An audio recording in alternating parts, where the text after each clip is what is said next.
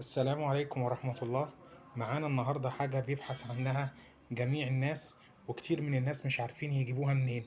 هو بودرة العفريت أو بودرة الحكة زي ما بيقولوا.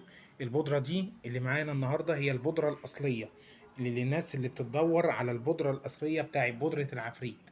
هي دي بودرة الحكة، اللي هم في ناس بتسميها بودرة الحكة أو بودرة العفريت. هي دي البودرة الأصلية، وده الكيس الأصلي. ده الكيس الاصلي هو عندنا هنا. هو هوريه لكم معايا اهو في الكيس اهو. بنفتح الكيس كده اهو. هو ده الكيس، وهوريكم البودره الاصليه للناس اللي عاوزه تعمل مقالب. هي دي البودره الاصليه او البودره الحكه الاصليه. شايفين لونها عامل ازاي؟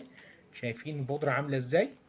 دي البودرة دي للي عاوز يعمل مقلب في صاحبه، للي عاوز يعمل مقلب في المدير بتاعه، للي عاوز يعمل ينتقم من حد من صحابه، ياخد البودرة الأصلية دي.